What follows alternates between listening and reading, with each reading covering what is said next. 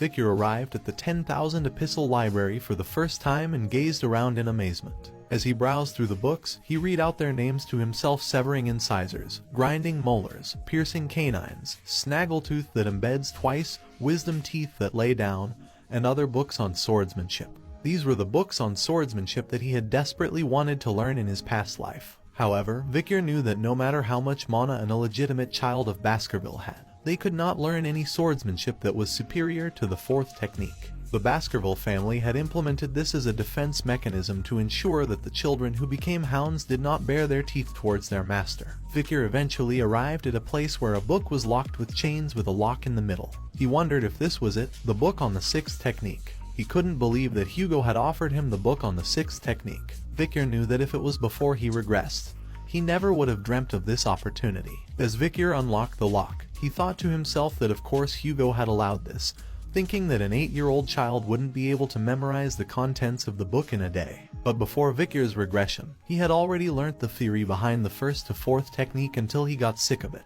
He had done this in order to deduce and speculate the theory of the fifth technique. Bichir had a realization that after drawing the fourth tooth, he needed to have stopped the flow of mana. Perhaps that was why he couldn't make the fifth tooth. The Baskerville swordsmanship had a unique trait where, depending on the stage of the sword, it's 1 tooth for the first technique, 2 teeth for the second, and so on. And when you draw teeth, a special trait, a red sword energy, appears. Despite getting a chance to read the book on the sixth technique, Bichir didn't care about it. He had come to the 10,000 epistle library for a different reason: to find a stage that was higher than the one he was currently at. Bichir walked out of the swordsmanship books section of the library, catching the guards by surprise. They questioned him in disbelief that was he done reading books already. The guards offered to get him more books, mentioning that there were other swordsmanship books deep within the library. But Bichir declined and assured them that he had finished what he came for. The guards were amazed that Bichir was done so quickly and suggested that he stay longer to browse other books. Bichir assured them and said that he was thinking of reading other books before leaving.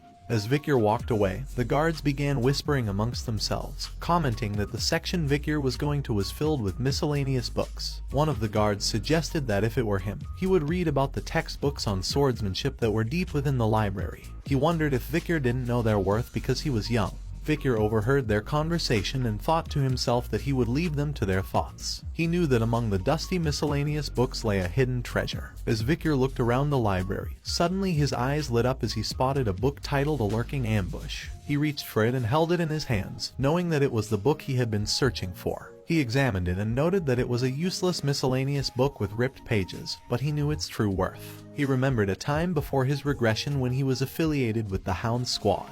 They had found a single ripped page from a swordsmanship textbook, with Baskerville's handwriting on it. Hugo, who was obsessed with finding the book that matched the page, had scoured the entire library and finally found it in a lurking ambush. The book contained the Baskerville ancestors' writings, including the 10th technique that Hugo had gone crazy over. He had sent hounds to the 7 great families to obtain the remaining 6 pages, even declaring war on those who refused. After the sacrifice of many hounds, all the missing pages were given to Hugo. But in the end, the only reward he received was a simple word: good job. Because of this, Hugo had broken through the 7th technique and achieved the 9th technique, but it came at a terrible cost. Under him was a pile of wasted hound corpses and blood. Bichir's eyes narrowed with anger as he recalled this memory and said that it was a stupid life. He knew he could not let it happen again. Bichir remembered all the contents of those missing pages and realized that the only reason he couldn't progress beyond the 4th technique was that he had no access to the original book.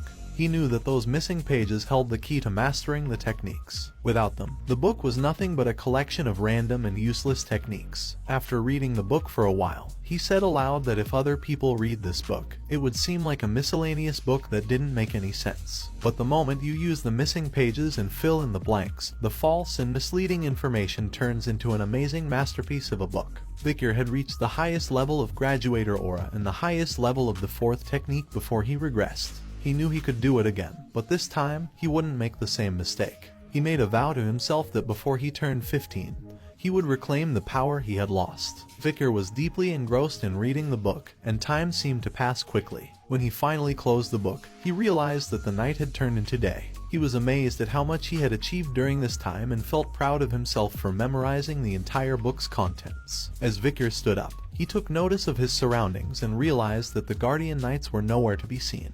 He knew that he could not draw 10 teeth with a young body, but he was confident that currently he had the potential to achieve the 5th technique that he couldn't reach in his previous life. Bichir entered a focused and determined state with the statue before him. He began to strike it with his Baskerville sword technique, unleashing his full power with each attack. First, he executed the 1st technique, then the 2nd technique, followed by the 3rd technique and finally, the 4th technique.